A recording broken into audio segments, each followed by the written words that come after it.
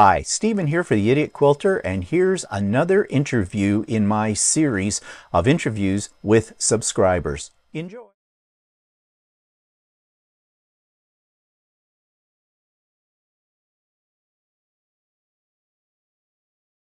Hello, everybody. It's Stephen here from the Idiot Quilter with another interview in my series of interviews with very interesting and talented people. And today I have one of those people with me. This is Abby from the Purple Cottage Crafts. And Abby, where are you located in general? I am in Montana. I'm about 15 minutes east of Helena, Montana. We moved here almost about 2.5 years ago from Oregon. I'm a native Oregonian, and we moved here. So, we love it. My best friend's here, and it's been great. Yeah. Well, it looks like you've got a very beautiful setting because I've been watching some of your videos where you showed your new digs and everything like that, Mhm. and especially your barn. We'll talk more about that as we go on here as well, because I'm kind of envious of that. But the first thing I want to establish for everybody that this interview, unlike my other interviews, is a little bit more unique because Abby's not really a quilter per se. She is what I would call, and I'm not sure if you call yourself this, a fiber artist. Am I right in that label? Yeah, that kind of like a mixed media slash textile slash fiber, Yeah. I guess, kind of heading category. So yeah. Now, when I came across your videos the first time, it really appealed to me because before I got into quilting, I did a lot of mixed media and I worked with a lot of fibers as well. Probably more so on the paper end than in the fiber end, but the same kind of thing. And I was fascinated by your videos that show eco dyeing and using old vintage pieces and the way you put things together for journals and things like that. But I think a lot of the things that you will be talking about today and a lot of things people will find on your YouTube channel are transferable to Mhm. us quilters as well. And we'll talk more about those kind of things when we get into slow stitching and things like that. So I just want to establish that for the viewers to let them know that if they were expecting to see another quilter, you're Mhm. getting a bonus here. You're seeing fiber textile artist. So having said all of that, how long have you been doing this?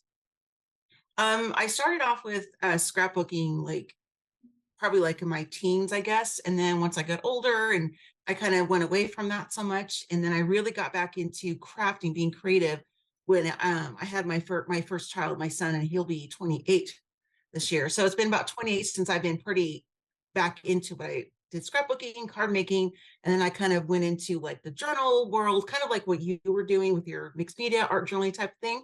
So my first love has always been paper, and I still incorporate my paper with my fabric, and I have samples to show you if you wanted to see them. Oh, Because yes. some people are like, "How do you put paper and fabric together?"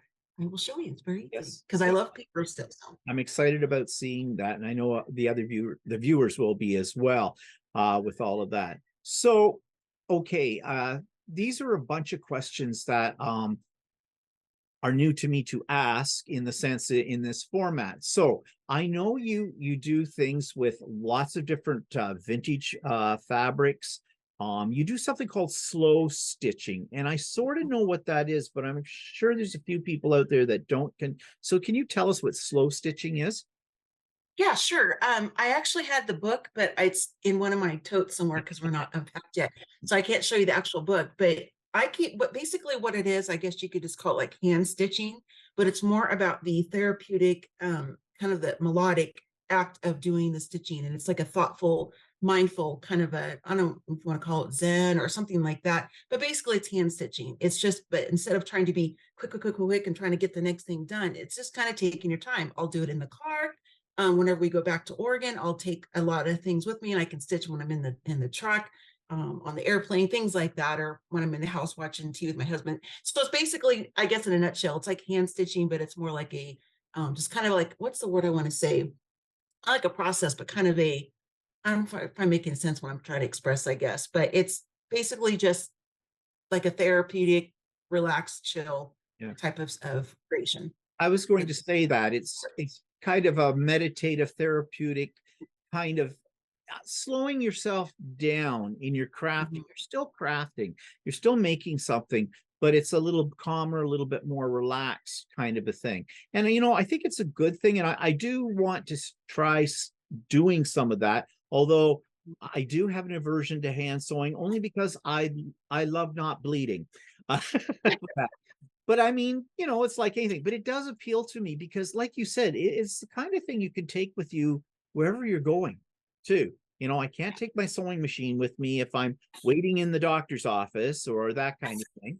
And I can't sew while I'm watching TV because, I might put my hand under the needle. And so, my fingers now become part of my quilt. And I don't know if You're that, really putting yourself into your work then. So yeah, well, really, for sure. literally, yeah. I don't know if that's an attractive look or not in the final product. But yeah, I have been watching some other videos and things around about slow stitching. And yeah, maybe I'll get to the point where I feel confident enough to give it a shot and see what happens. And make sure I have a blood bag beside me, just in case. Well, I used to be a nurse, so I can help you Oh, out. well, So there you go. Can I you can jump? I can teach how to suture yourself. So Okay, well, that might be good. yeah. With that. So, we're going to talk more in a second about your creations and things like that. And I know you said you got some things to show us, which will be great. But I want to ask you how you got started in all of this. You said that way back when you were a scrapbooker. I was one of Mhm. those too at one point in time too. So, is that really where you got totally interested in this kind of thing, or did it develop from something else? As far as the creative part, it goes back to the scrapbooking era, generation, I guess, whatever. And as far as me getting back into embroidery and hand stitching and things like that, it really stemmed. I'm not going to talk about it very long, but it really stemmed around me with I had brain surgery in 2015, and so I wasn't able to do a lot of the stuff I was able to do before. And so I came across like the slow stitching, and I was able to sit at my doctor appointments or when I was off on medical leave, things like that. And I just kind of really like that concept of you did a much better explanation of slow stitching than I did, by the way. I kind of ramble. But anyway, so that's kind of what really kind of turned the turning point for me was during that time, because it is something that I can do when I'm having a lot of pain, a little bit less pain or whatever, and I really enjoy it. So that's kind of, I guess, the pivotal moment from strictly doing like journals and things like that to strictly paper crafting. It kind of because like you said, you can't take a sewing machine to your doctor's office. Well, I can't really bring all my totes of paper and inks and sprays and stuff all over the place. It'd be kind of crazy. And so this is more of a compact, I guess, kind of a thing. So I guess that's where it came from. Sorry, it was a long answer. No, that's okay. It's good to hear that. And did anyone in your family ever influence your creativity? Did you have some creatives in your family as you were growing up? I did. My oldest sister, I have there are six of us kids. So I'm number five in the lineup, second youngest. So my oldest sister, she reminds me of like whenever I see Walter on your guys' things, she also makes clothing. She's done crochet and knitting and you know hand sewing and whatever, and she makes clothes. And one of the first things that she ever made for me was way back in the 80s when I got a Cabbage Patch doll. She made me all like little carrier and clothes and stuff like that. So she really inspired me to want to really develop that more. My biological father, I never unfortunately got to meet him, but he was like a legit artist, like drawing and painting. I can't draw a straight line to save my life. I can't even cut paper straight. So I didn't get that part of it, but I feel like the creativity came from inspiration from seeing his artwork. And then mostly for like right now was my sister from like a really little girl up. So just kind of watching her doing things. And she, give me like little piece of fabric, like buttons to sew on, things like that. So it was just kind of fun. Right. So, well, I think a lot of us have had some influences in our childhood that brought us to the point we're at now today in our creative journeys. So it seems like a natural progression. And yes, I had some artists in my family too, but I didn't get that gene either. I Mhm. can't draw a straight line or cut anything straight unless I've got, Yeah, the rulers and the a whole thing. trimmer. Yeah. Yeah. Yeah, Yeah, exactly. A trimmer, your best friend, a trimmer for sure. exactly. So, do you have a favorite creation? And that's a hard question because a lot of people say their favorite creation is the one they're currently working on. But Mhm. do you have something like that? And you have some things to show us too, which we'd like to see as well. Yeah. My favorite one, unfortunately, it's still in Oregon because most of our belongings are still in storage because we just recently purchased a home here. So we have to go back when the weather's better to get the rest of our belongings, or else I could show it to you. But I made a I guess I guess you can kind of call it like a wall panel or type of texture, textile art piece. And I just took some fabric. It's probably like maybe like this big, I suppose. And then I just stitched all kinds of different vintage materials and fibers and strings and buttons and rusty stuff and things like that. And actually got published. I'm not trying to be braggy, but my happy moment actually got published in Somerset Studio with that. Mm. And so I'm really excited about that. So that's become my favorite piece because it was the very first slow stitch piece I ever actually made. And then it got published, which I never thought it would. I didn't even tell anybody that I applied because I was like, I'm not going to get it or submit it. And then, you know, and there's not a lick of purple on it. It's mostly pinks and creams and whites. So I don't know why I chose that color palette, but I did. But that's probably my favorite piece because it made me, and when I think about it, because it's not here physically, it just reminds me of me getting into this art form, I guess you could say. Yeah. And So, I used to subscribe to Somerset magazine and their other series that they have as well. mhm. I really love those magazines. Yeah, They're beautifully laid out, and they're definitely, if you're published in one of their magazines, in my opinion, you have made it because it's an illustrious publication. So congratulations yeah. on getting in that. Thank you. I couldn't believe it. I was like, what? You know, so I'm not a braggy person, but so please don't think that. My viewers know I'm not like that, but that kind of ties in why that's kind of my favorite piece I've made so far, above aside from my wedding nail, of course, and Yeah. my kids' baby book. Those are up there too. Well, you say So you're not a braggy person, but if we don't pat ourselves on our own back, who's going to do it for us? right. And I think sometimes we should brag a little bit about our achievements because it feels good and Yeah, we deserve it. I'm proud of that. Yeah, Yeah, we're I'm proud of it. proud of that. So So, don't so hide many your things I light. would achieve. So Yeah, don't okay. hide your light. So do you have Okay. something right there that you want to show us? I do.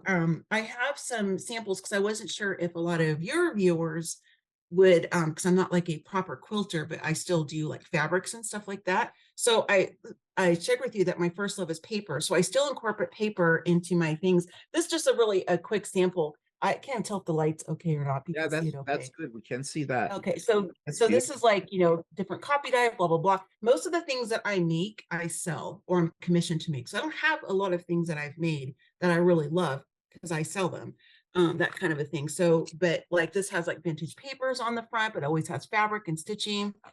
And some of the there's a subscription I subscribe to with Lisa Maddock. She lives in, well, she's Canadian too.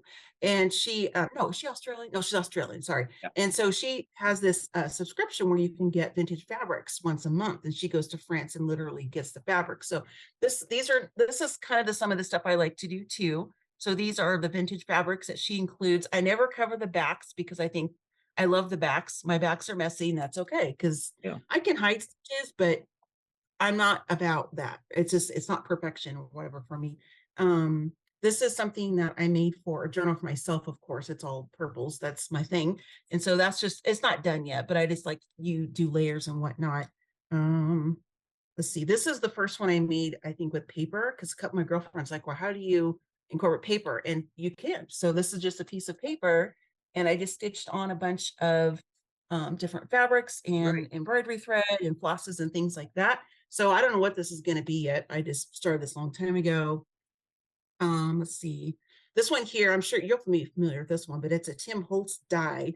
And I made it's an envelope I made out of actually drop cloth canvas. And then I just Oh, stitched on some antique lace on the front. And then what I put on the inside are these little stitch pieces, slow stitch pieces that I do. And I do like a basic embroidery on these kind of small things, but just stitching like that. And like, I love tiny, tiny seed stitching. Some of my friends are like, you are nuts, because they said that they would never have yeah. the patience to do that kind of stuff. And I absolutely love it. I love it. And I love to iron. I'm that crazy person. I love to iron fabric. I really do. It's kind of, this is probably one of my favorites that I did. This is just a little panel. I'm not sure what I'm going to do with this piece yet, but it has vintage paper on it, old laces, just all kinds of hand stitching. And again, I don't cover the backs because I like how it looks. So kind of fun. Yeah. But that's kind of a sample, I guess, of some things I do. I have a little series here. I'll try to hurry. I'm sorry. No, it's okay. These Take your time. are okay. I'm enjoying this. Okay. This is like a little series I've done. I haven't quite named it yet, but it's just like different types of just, stitching where it doesn't have to make sense. I don't need to stitch a Right. flower or stitch something. I just stitch just because I like to do it. And so some of these have been done on the road. The backs of all of this are some older drop cloth canvas, but it's like a thicker. I'm not sure what you call it, but I love to go like the remnant section at fabric stores and things like that. And all of this thread is most of it is like legit vintage thread that I get on marketplace or thrifting or things like that. So that's just kind of a little thing I do, and I think that's all I had to really show you. So I have a lot of really cool stuff, but it's sold or it's back in Oregon. Right. So But if people that's want to kind see of, I guess, more, they can go to your YouTube channel because you have lots, and we're going to talk sure. about your YouTube channel in a few minutes. But what I want to Okay. say about what you're showing, uh, I think is, I love the layered look of Mhm. the old and that piled up on top of each other, but the stitching through it. And you said you don't like to cover up the backs. Well, yeah, I don't think you need to cover up the backs. I think that's part of the character and personality of the piece that you've made. And Right. I could really see incorporating like those smaller pieces you had. I could see really incorporating them into a quilt block and then that into a quilt or a wall Right. of something. So, it can be used. It doesn't have to be like a lot of quilters feel like the more traditional. It's a piece. This is the block. You Right. move on. But there's nothing saying we can't add other elements to our quilts because Mhm. quilts are art. This is fiber art. The two naturally go together. So Yeah. you're really making me hanker back to my days of mixed media. Again, like I had done it and then I moved into quilting and then, and I haven't done anything in mixed media since, not in the traditional way with the paper and things like Right. that. But now when I see all these and I've seen your beautiful journals Oh, too, thank you. that you have on there, and people must go to your YouTube channel and check it all out because I fell in love with your pieces and your Oh, process. But besides that, you also do something you call echo dyeing. Do you want to tell yes. us about that? Yeah, I do. Oh, I should have pulled some papers out. I came across Eco Dying. I can't remember the exact YouTuber that actually you interviewed one of my major inspirations, Kate from The Last Lonely House. Oh yeah, She was doing indigo dyeing, and I haven't tried that yet. I have to wait till it's better weather, so it's right. kind of messy as you're saying. But I came across some channel. I'm not sure who it was. I have a video series on it on my channel, and I do mention the person that inspired me. But basically, my husband was like, "What are you doing?" Because I had stacks of papers with leaves and flowers on a pot that I thrifted. I don't use it for food or anything. And on the stove, and he's like, thought I was cooking something like to eat. And he's like, why is there paper and plants? What are you doing? And I said, I'm trying this eco dyeing, or it's called boiled paper, I think too. And it was just a lot of fun. I mean, it was really, it's kind of, my first experiment or my first batch wasn't quite so successful because I hadn't figured out all the different things that you can put into it, different, mortars and things like that, mordants, excuse me. But it's basically what I do. I just started with just papers and I just layered in leaves and flowers. It's kind of a fun experiment because I thought if I put in like a purple, like hydrangea leaves, it would come out purple. No, it doesn't. It's green. I'm like, oh, because I wanted purple, but I like the green too. It's pretty. And it kind of morphed into me doing that with fabrics in different fibers and strings and stuff. And then I was adding rusty nails and paper clips because I rust that stuff myself, but I also have like the real deal. And then just laying out different types of teas and stuff. But it just makes such beautiful prints for journals, cards. And I also, you can add it, like I was saying, to fabrics and stuff, and you can make some really, in fact, it might be kind of fun for me to do like an eco dye quilt or something, not like a full blown quilt. I don't think I could do that, but like maybe a smaller one, baby steps, because I've never Yeah. made a quilt before. So, Yeah. but, Yeah, well, I was thinking that myself, I was fascinated by your technique in dyeing the papers and putting in rusty objects in there and tying things together in different ways to give different texture like imprints on them. And I was really thinking this is something that would be interesting on fabric and then use the fabric to make a quilt. It would be, I think it could be quite stunning, you know, when you got it done. And like you said, it looks like it's a lot of fun. Looks a little It, messy, but you know, it is. and you know, Yeah. it might be So better to do it in warmer weather.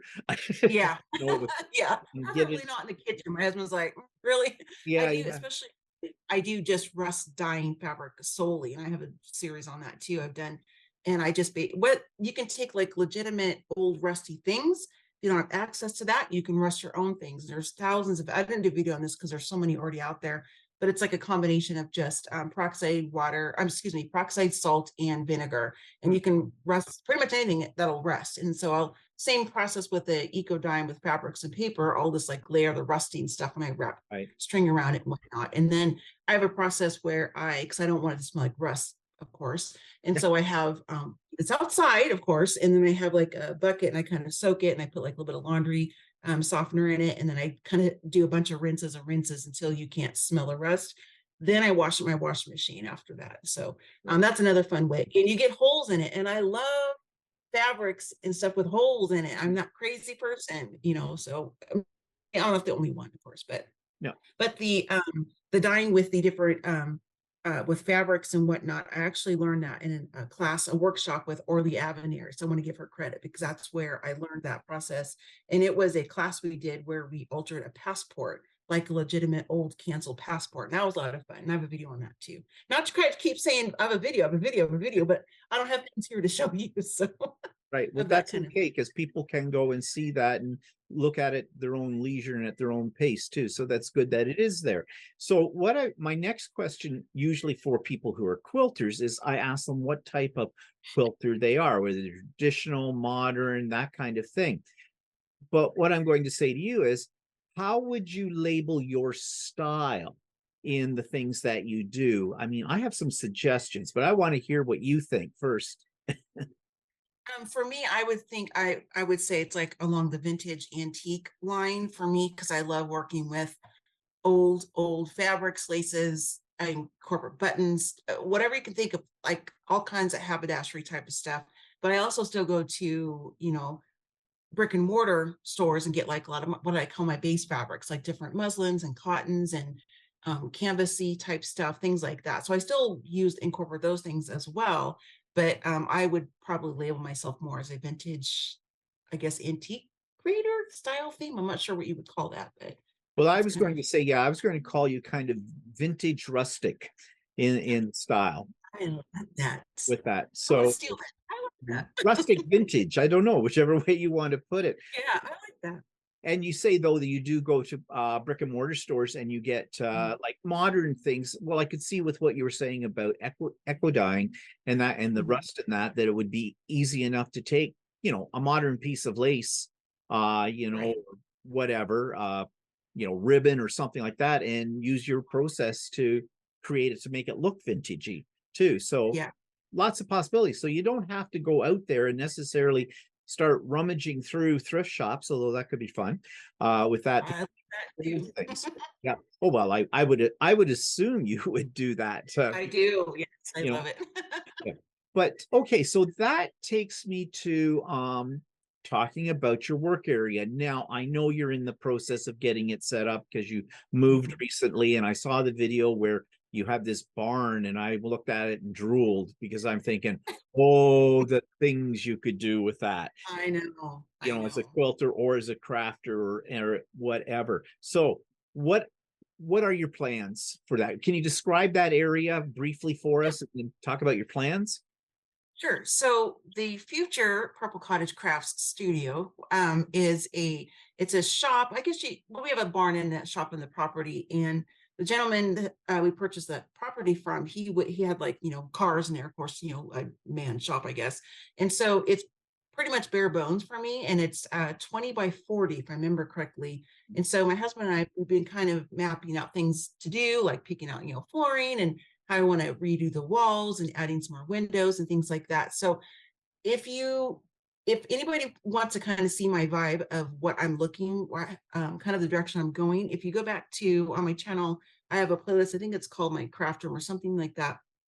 At our last home in Oregon before we moved to Montana, I actually had a 2-story craft room, and I didn't think I would ever get that. I thought my husband wanted the upstairs. So my upstairs was my fabrics and things like that. And downstairs was more my Tim Holtzy stuff, ink sprays, that kind of stuff, mixed media, whatever, that kind of thing. And so it's it's kind of I want to make it, I kind of want to have, I guess, not like sections, but kind of areas that are purposeful for something. Like I want to have a separate area for when I do my eco dyeing, things like that. I don't have to keep pulling things in and out of totes. I like an area for filming because I film most of my videos overhead. I'm kind of nervous because I don't really show my face that much because I just don't. And so I usually do film top down. So I have like a static, filming area, and then my fabrics, and I'm going to have like a little stitching corner because I've got this most beautiful purple chair that I thrifted. I love it.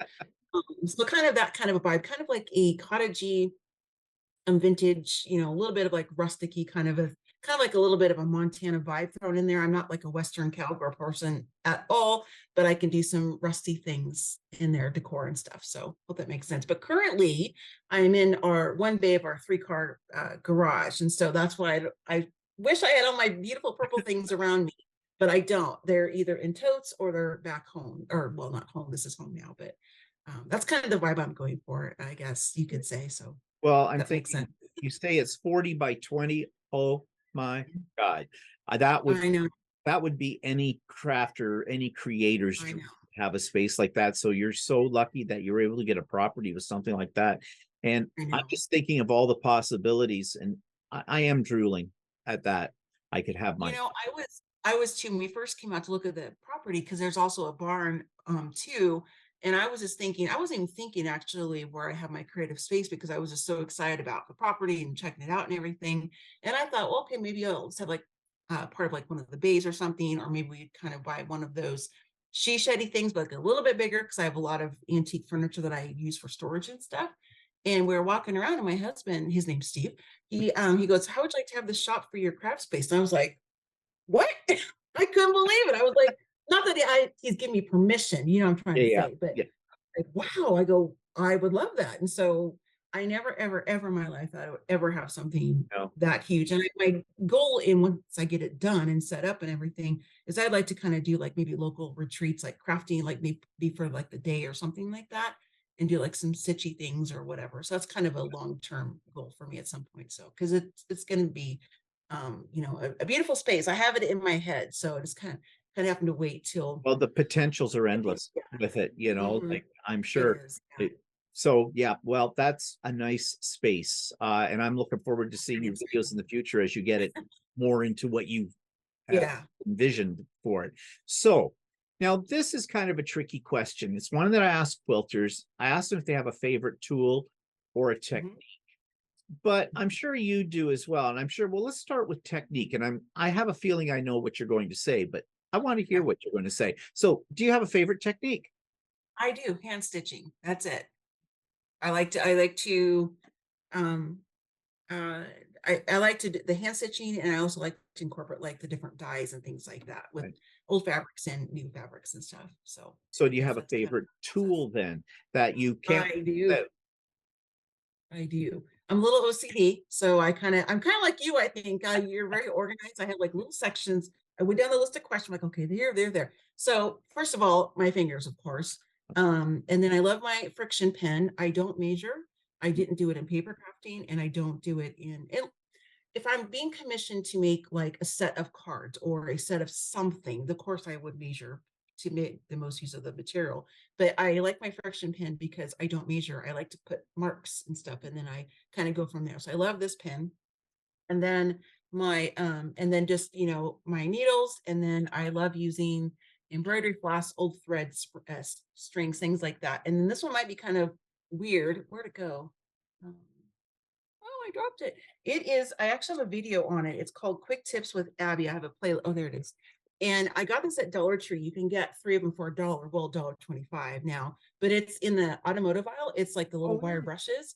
I love these because I can tear and distress my fabric. And that yeah. might make some of your followers be like, because I'm not using quilting fabric. Trust me, if I pay that much for fabric, it is not, I don't do that. But like I like to fray the edges and distress stuff. So this is another tool that I use a lot. And then last thing is I like thread magic. I don't use it all the time, but sometimes I use it. So I like that. So that's probably, I guess, the small, I guess the ones I have it on my table and I use a lot, or I take with me when I travel and stuff. So The ironic part about your thread magic is I don't hand sew, but I have some thread magic. because you're Don't gonna ask hand me sew, why. because we're Yeah, gonna hand sew it together. Is what yeah. we're gonna do. Well, I did try to hand sew. I tried to do hexies with that. Yeah. And so I had that with that. And actually I was able to do the hexies, but I don't know. I should go Mhm, back to those because I didn't mind doing that. But I got mhm. other things. I'm like, squirrel. Oh, there's another thing. I want Yes, to try that kind of a deal. yes. You got So me wanting to try some different things just watching your videos. So yeah, I've well, got a list of different things I want to try. So how are we you? might all have our little niche, in what we're Mhm, crafting, but if we just open our minds a little bit, there's a lot of transferable mhm. things here that can overlap or Absolutely.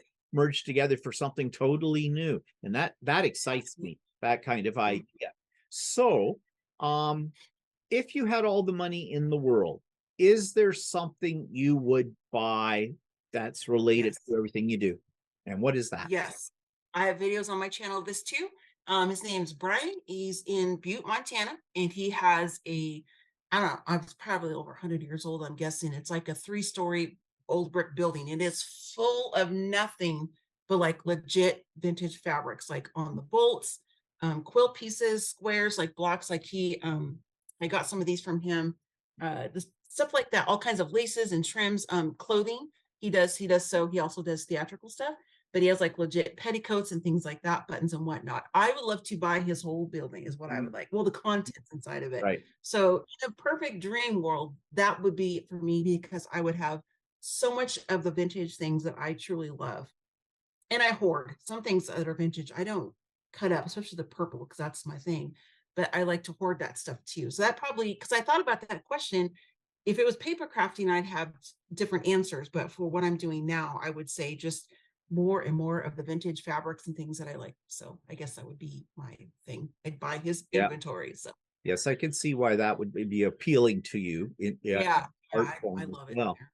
So, have you ever belonged to any in-person groups or online groups? Like with quilters, it's guilds and things like that. But is there sort of the equivalent of a guild for people who do textile art? Not that I found here. Again, we've only been here for a few years, so I haven't like made connections as yet. I've been meeting a lot of new people, and we moved into our home this past summer, so I've been already making a lot of connections. There's a local quilt shop. They every Wednesday they do a open sew. And when I met her, I asked her, I said, I don't quilt proper. I said, but I do like embroidery, and I kind of explain what I do.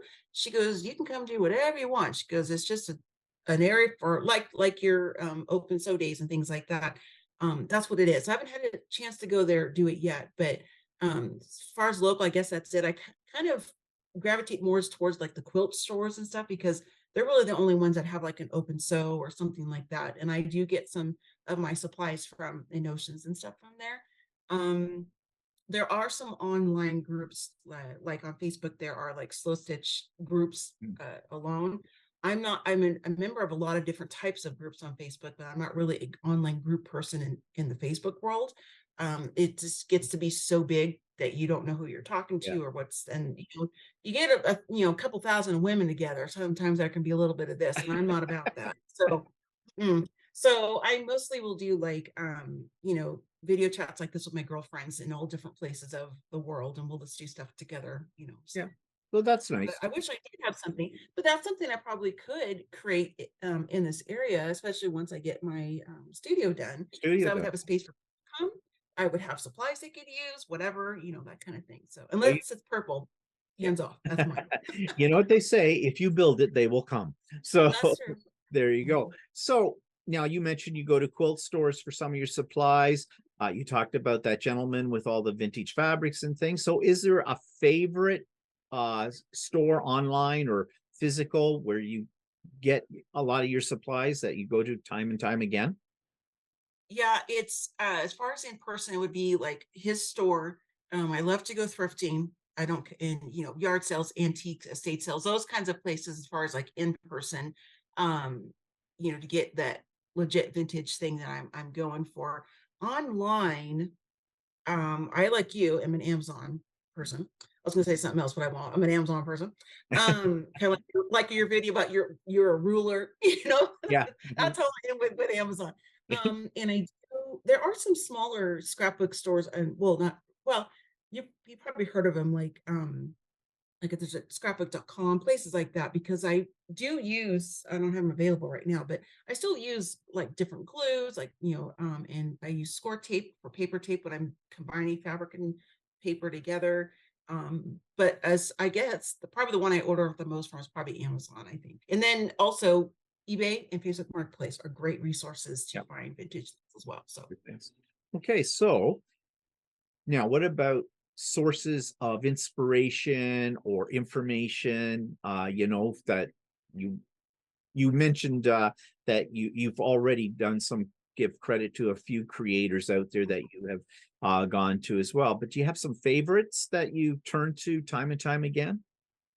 I do. I wrote them down. Again, I wish I had my books out, but probably the top one for me is Cass Holmes. She's in the UK and she is just a phenomenal textile stitching artist. And I love her work. She's really well known. She has several books. She teaches in different workshops, mostly pre-COVID, of course. She can't travel. She doesn't, I don't think she wants to travel to the States or anything quite yet. But she's the kind of person on her Instagram, if I comment, she replies back to you. She's big, but she's not so big that she doesn't acknowledge you. That means a lot to me. I like that, because some people can get really big and they're just like, they have too many people to answer or whatever, but she's Yeah. very personal. I like that about her. Another one is Shelley Rhodes. My favorite book from her is called Fragmentation and Repair. Again, Amazon. As far as a local person, well, she's in Oregon, so it's local to me when I still live there. Is Roxanne Evans Stout. She has a book. One of her many books is Storytelling with Collage, and I like that because it's the mixed media piece. It's the paper, it's natural things you find in nature, and that's another form of inspiration for me. I'll go out and take pictures of waters, or like the river or the lake or leaves or anything. And it kind of inspires me to maybe stitch something, not literally a leaf, but something representative of that for me. Right. So I think nature, I'm inspired by a lot of things. I mean, just a book, or, maybe a shirt my husband has on or something like that. I'm inspired by a lot of different things, but, I don't think there's probably one main specific one, but as far as people, I think would probably be Cass Holmes is part of my top one for me. So, I'll have to look. because I love others, but I can't think of their names off the top of my head. So, Well, what did we do before there was no YouTube? You know, yeah, I'd that's go to the library. My yeah, kids are like, "What's a catalog?" I'm like, "What?" yeah, really, exactly. Yeah, those days. I remember those too well. Yeah. So Yes. let's talk about your YouTube channel then. Now, first of all, it's called Purple Crafts. Purple Cottage Crafts. Purple Cottage Crafts. I don't know why I have trouble with that, but That's okay. because I was thinking ahead to, you have certainly mentioned that there's a lot of purple in your life. I am assuming it's Yes. your favorite color. And I guess that Yes. is why you call it Purple Cottage Mhm. Crafts, because of that. Yes. So when did you start your channel and why? I started my YouTube channel in October of 2011. And the reason why is because I was on a creative design team with Ladies Front in Ireland. So it was basically an online digital form. I was a hardcore blogger back then. And so they wanted us to do some type of a technique. And I was like, I don't do videos because I have a nervous laugh. And I'm like, I was like, my husband got to stand here and hold the camera and I'm going to laugh because he's standing there and I'm nervous. But the one I did was resist embossing. That's my very first video I ever did. And I did it because it was kind of a requirement with that team, I guess you could say. So I started there. But back then I was scrapping Abby, and that started as a complete joke at a local scrapbook store with a group of my girlfriends. And because I was making up a name for one of my friends. And so I thought to myself, I don't really like scrapping Abby anymore. It sounds cheesy to me. That's most people know me from that because it's been that way for, I don't know, probably 26 years or something. But I changed it to Purple Cottage Crafts in 2016.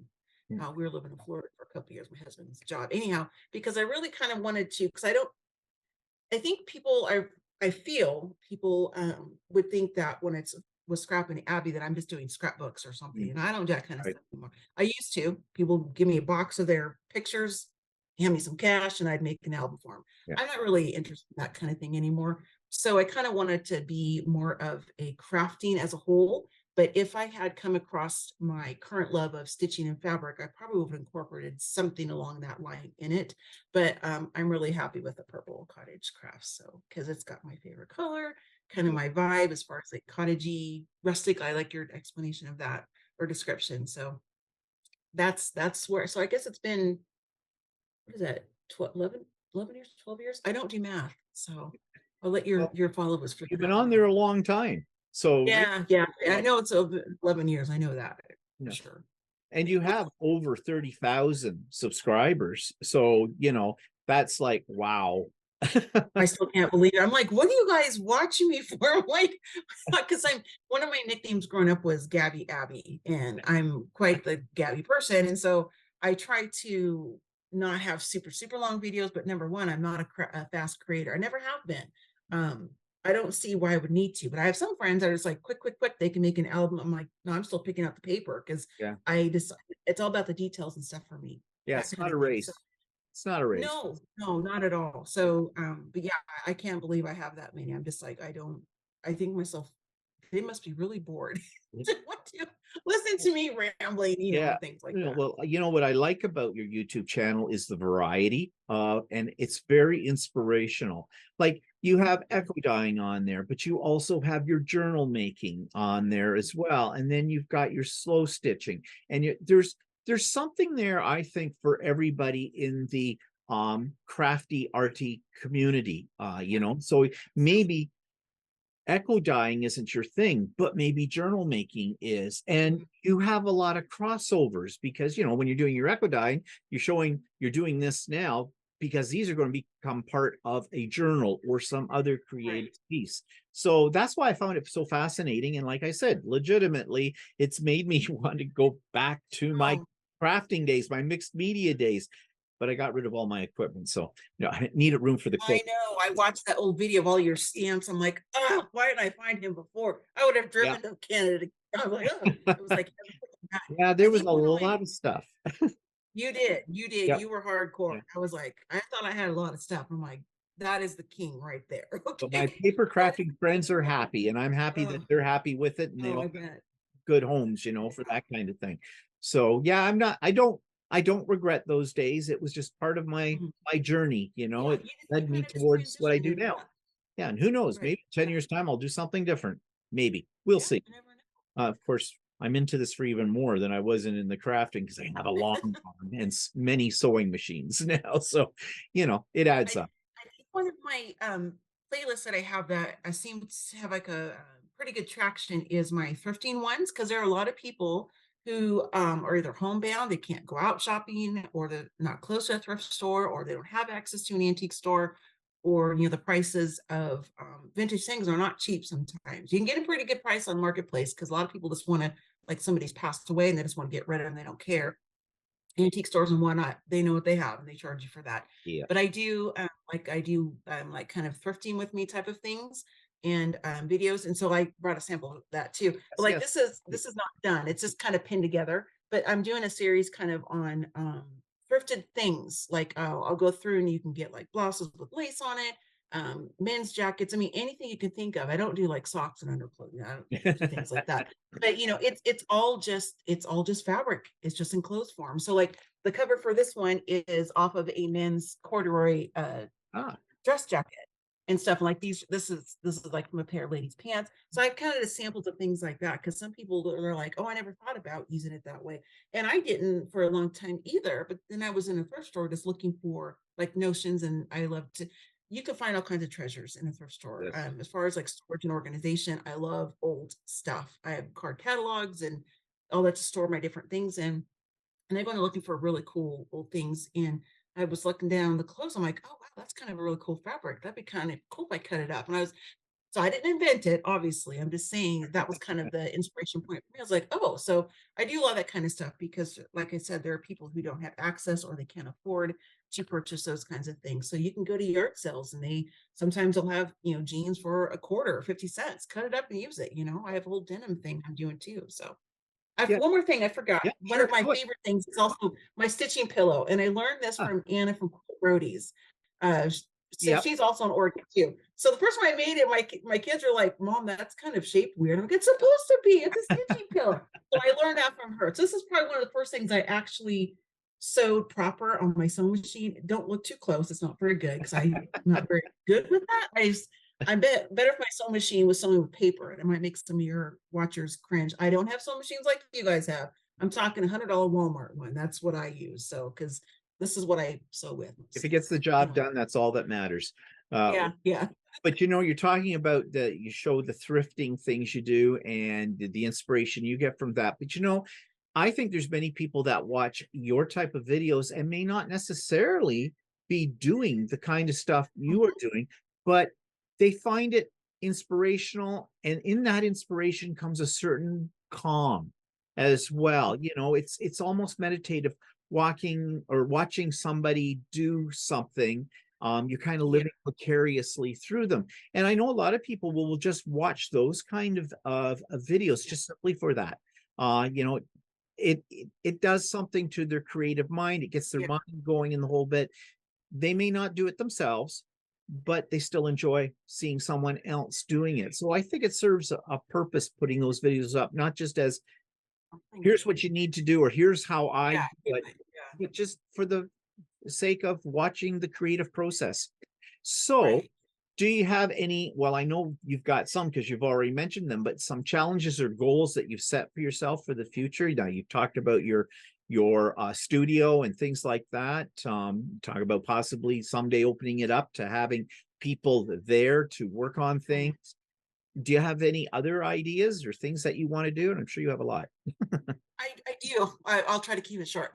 Gabby, Abby. I do have something kind of in the back of my head. I've always wanted to kind of do like an online workshop type of a thing, but I thought, oh, I can't do that, and I talk too much, and how would I narrow it down? And I have this thing of, and I don't do this in the. I'm not fishing for a compliment at all, but I have pretty low self-esteem, and you see so many people that have like this amazing things online, or they've got this massive following, and it's not. I'm not about that for me at all. Even if I had one follower, I would still be thrilled that one person wanted to watch me, whatever. But I had a few years ago, I had some of my girlfriends. We were doing a video crafting thing, and they're like, I was showing what I was working on, and they said you should do a workshop for that. And I was like, why? I'm like, you can look at it and tell how to put it together pretty much. And they're like, no, there's some people who can't connect the dots to do this and this, That's whatever. true. And I've always been able to kind of visualize something and look at it, and kind of recreate it, at least put, I say Abby it up or whatever. So that is something I've been working on. And I started this project. I can't say what it is yet. And I started it when we were still in Oregon, and I brought it with me so I could work on it. So once I get into a better space where I'm not in a garage with better lighting, I'm actually going to start that. I'm going to, film it, and then like have my husband kind of look at it, and my close girlfriend's like, do I need to cut something out or whatever? So I would like to offer some type of like online workshops with different things. Some free, obviously, because I'm all about that, but then some, to charge at some level because to kind But of yeah, replenish my supply, so to speak, right. type of thing. Mhm. Um, so that let's see. Again, I guess what I already mentioned about having like people at my place just to kind of have, just something fun. I mean, nothing like massively stressful. I mean, I've been to tons and tons of like scrapbooking retreats and craft retreats and things, and those are great. And they're fun because you like challenges, like what I'm talking Sure. about. You've done quilt retreats and whatnot, and those kind of things are fun. But I also think it's kind of fun to just sit with people and just do whatever you want, just kind of stitching and talking, or maybe sharing some stuff. I've done some with my girlfriends back in Oregon. I had a retreat and I laid a lot of my supplies and stuff out. This is more when I was doing, journals and Tim Holtzy type stuff. And I lay like all of my dyes and different things out, and they would kind of use it. I kind of want to do that here with people who maybe don't have access, or they can't seem to want to cut up, great grandma's quilt or whatever.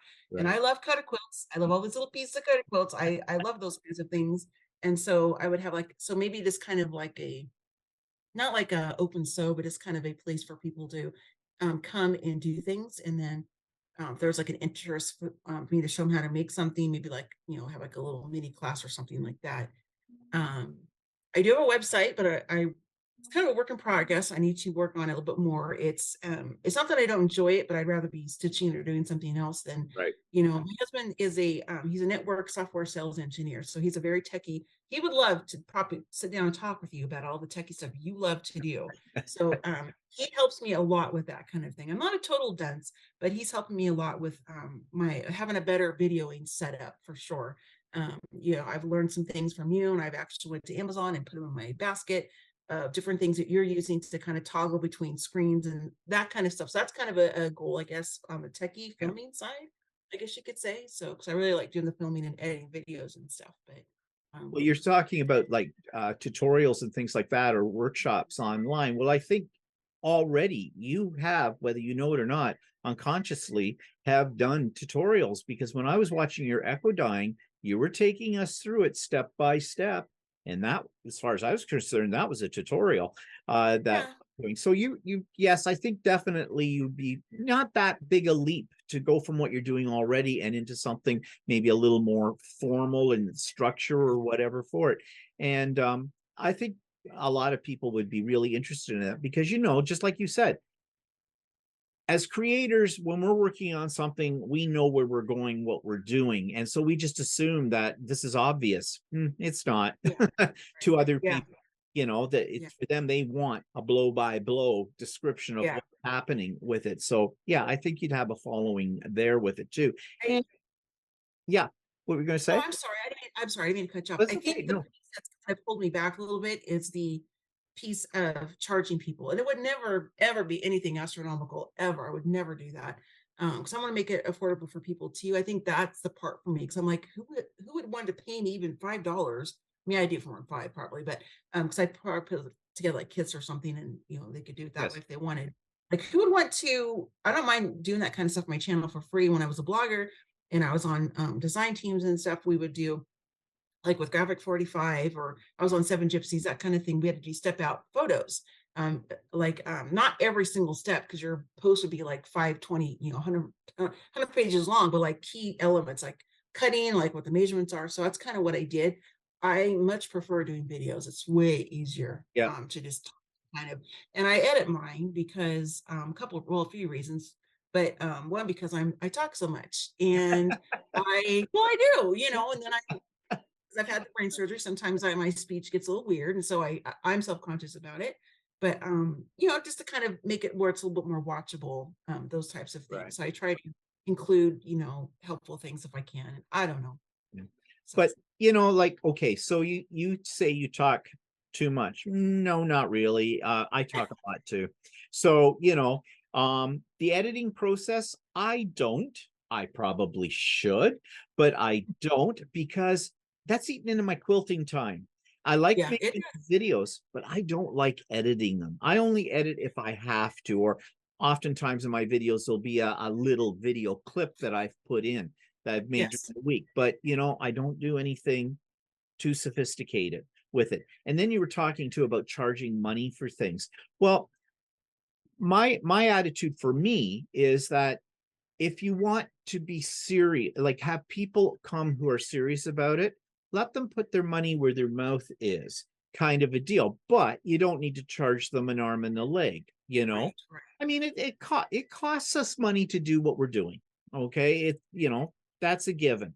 As far as I'm concerned, I don't use YouTube for making money, because that would then make it into more of a business for me. And Yes. I worked as a teacher for 31 years of my life. I am retired. I am comfortable. I am happy.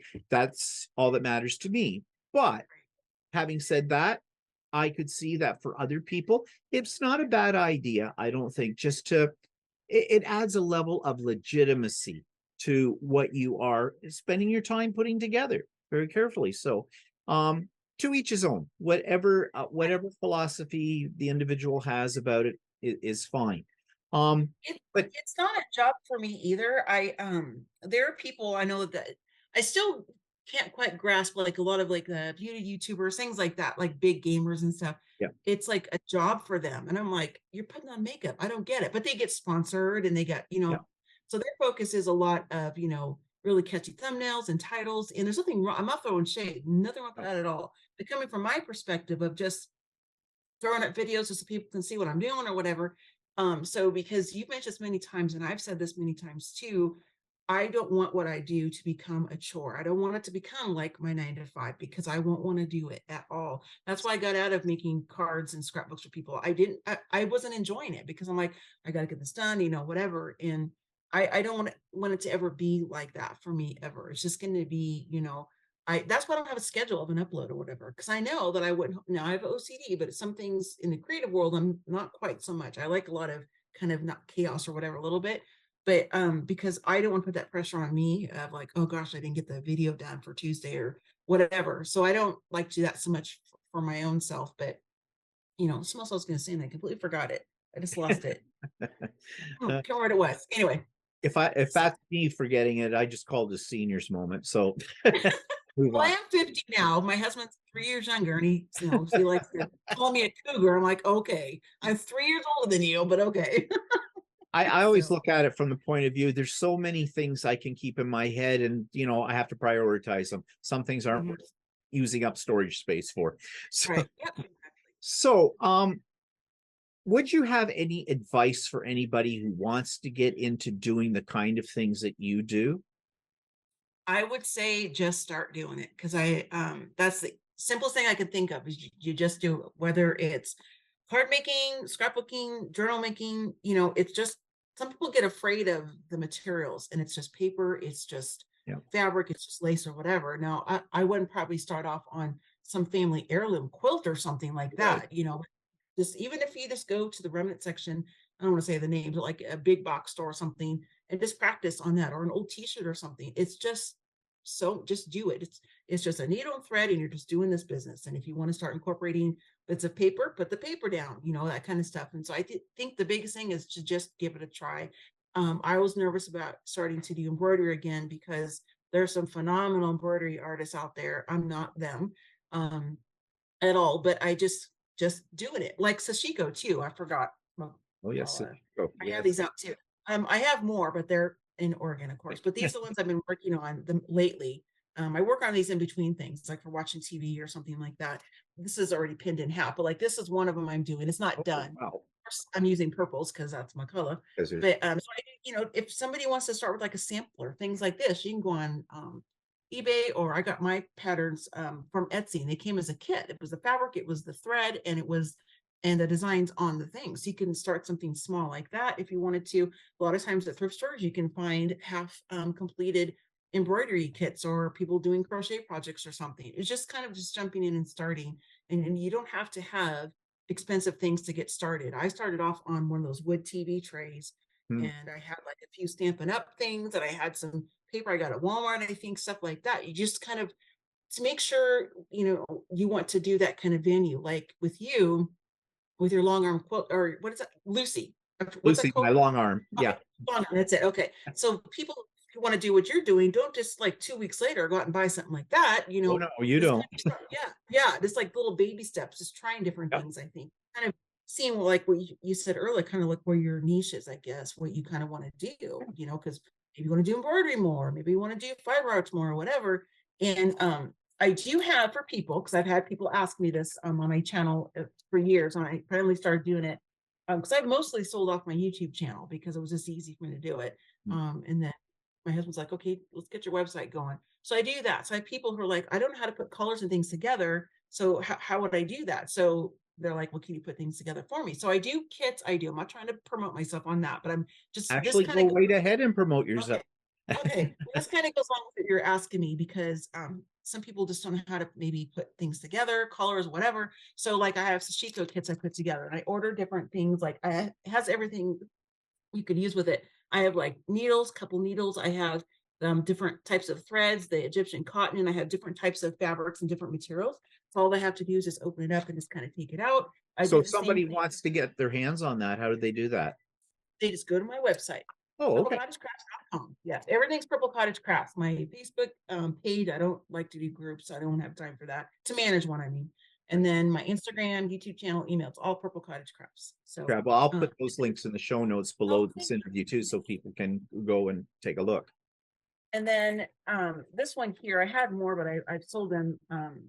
But like people are like, well, how do I get mostly I think the biggest request I get is like, how do I start slow stitching? What do I do with that? And people, I kind of say to you or say to them what I just said to you. And they're just like, man, I just don't know if I could put these colors together and how to do stuff. And in my mind, I'm just, it's not hard for me to do that, but that's just my brain. Some things are harder for me to do that are easy for others to do. So I do put together slow stitch kits. This one happens to be like just in vintage blues and pinks and whatnot. And I include all kinds of threads. Most of them are like legit vintage threads in crochet things I, thrift or get at estate sales. I have some different yo-yos in there, little bits of just all kinds of a variety of different things. Right. And I do them in different colorways and different themes and stuff like that too. So that's something else. I did a market, like those antique type shows where you go in like different vendors and like Yep. in I almost said an aquarium, auditorium. Anyway, and so I was asked to do one. I was embarrassed to do it because I was like, I don't know, because it's different when I'm talking on my channel because you're not seeing my face, or if I'm selling my website because you can't see my face. It's something else. You're very vulnerable when you're sitting there with all your wares around you. Mhm. And I make my husband go with me because I'm like, I can't do it by myself. I'm such a baby. I'm a 50-year-old baby. There was a lady and I actually helped her put together. I had these kits, but she wanted to buy, like, I had things I handmade and I had like little bundles of different types of fabrics. I use vintage wallpaper, all kinds of things. I had like little sample things. So people don't have to go out and buy, a full queen size chenille blanket. And you can just have like a little square quilt, Yeah. that type of thing. So I kind of walked around with her, showing her like different, because I had laces on different old wooden spool or clothespins and stuff. And she's like, what do you think about these two things together? And so my husband was busy checking people out and I was kind of working with her. And I really love to do that. So I guess a super long answer to that is just kind of just start. And then if you're not sure how to begin, ask somebody. Yeah. Will ask me by email, message, or my comments or things like that. That's one of my favorite things to do actually, is to kind of share, I guess, what I've learned with other people, because I want to encourage people to do be creative. It doesn't matter if you're a musician. My husband is that. He draws, and I hate him for that because I wish I could. I can't do it. My daughter can, that kind of thing. And I like to do that. I guess not that I think I'm a teacher or anything, but I like to talk and I like to share things that I have in my head and my ideas and stuff, because I learned that way myself by following. Like I've said, I'm not a quilter proper, and I don't have the equipment that you have, but I've learned things from you and different things. I've watched all of your videos, and so I will Thank you. kind of incorporate those things. Well, I do. I tell my subscribe about you too. And I have a couple of my girlfriends are going to start watching you because I was like, he's so funny. I was like, I listen to my background. I said, when I'm working on stuff, it's hard for me to do live chats because when I'm working on things, it's either that or chatting because I can't go back and forth. I just can't.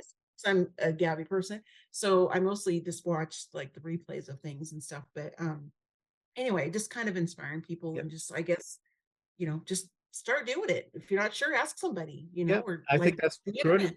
I think that's excellent advice with that.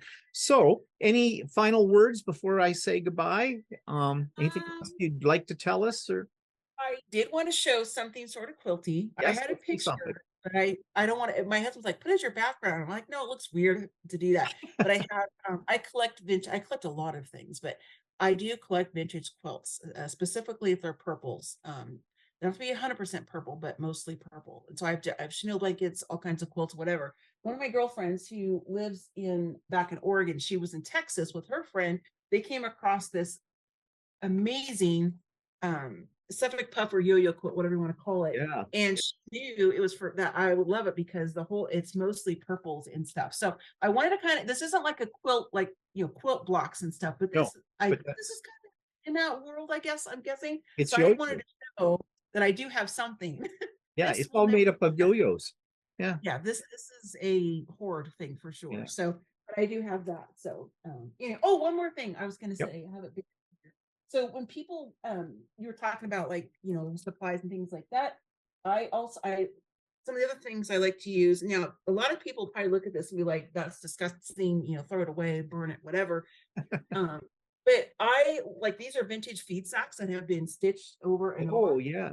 I love these kinds of things. I make all kinds of journals and all kinds of fun stuff. So a lot of people want to get rid of it for free or whatever. Just kind of check that. I was thrifting. Somebody had made some handbags out of some old, I think they're, rice. These aren't like Yeah, vintage the or rice. anything. Yeah, they I'm look gonna like rice bags. yeah, I'm gonna deconstruct them and use them for journals and stuff. So Yeah. you don't have to have like, you can anything you want. Paper bags. I mean, I don't know, cut apart the reusable bags. I've done that before. Just all kinds of things. See, it doesn't have to be something inexpensive hobby. Like you said before, it can grow into that because I have a lot of stuff, Yeah. but I didn't get it just last week. I've been doing this for 28 years for as far as creating and crafting, but as far as like fabrics, it's been pretty hardcore since about 2016, 17, somewhere around there. And so, you start to accumulate things like that, but you don't Oh have yeah. to. You can start really small. So Yeah, you can start small, and you're recycling. So, that's very trendy to do these days, right? something else. Yes, I watched your latest interview, and Tijuana, was that her Yeah. name? Yeah. Chiawana Okay, tea love quilt. her. Yeah. Subscribe to her channel. Love it. But I never heard of a Dear Jean quilt. I was like, what is that? So I go on Amazon, looking, I'm like, okay, that's it. Because she started talking about 50 pieces like in the fabric. I'm like, I'm like, I love that idea. So Yeah. maybe that'll be my first quilt doing something like that. So Okay, that's one ambitious project there. I I know, but started see, one. it's all the little small things that I do. I mean, it's just, but it's stuff that I would do over time, of course, because Yeah. Oh again, yeah. that's why I love slow stitching, because it's slow and I'm slow. So not mentally. I mean, Yeah, I know what you mean. Well, this has been oh my, absolutely wonderful. Okay. And oh, you thank just so many ideas that you've inspired in me. And I'm sure so many ideas others, when they see this interview, will be inspired by too. I think there's going to be a lot of heads exploding after you. all of this. And once they go to your YouTube channel, well, they're just going to be completely blown away by that. So I want to thank you so much for doing this interview with me.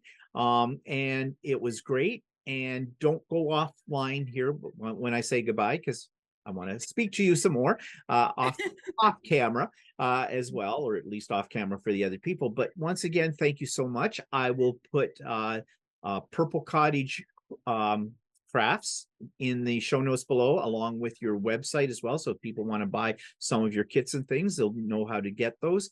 And this is great. Wonderful. Thank you so much. And I look forward to Thank seeing you. when your craft room gets, or your I studio know. gets I know. I'm excited. We have to wait till the snow's gone so we have to pour concrete. So I'm like, come on. I uh, love the snow. I'm like, come on, yeah, spring, melt, come melt. on. I want Yeah. warm. So, Okay, well, you thank enjoy the rest you. of And I your hope day, and thank thank you. you. Bye bye. You too. Bye bye.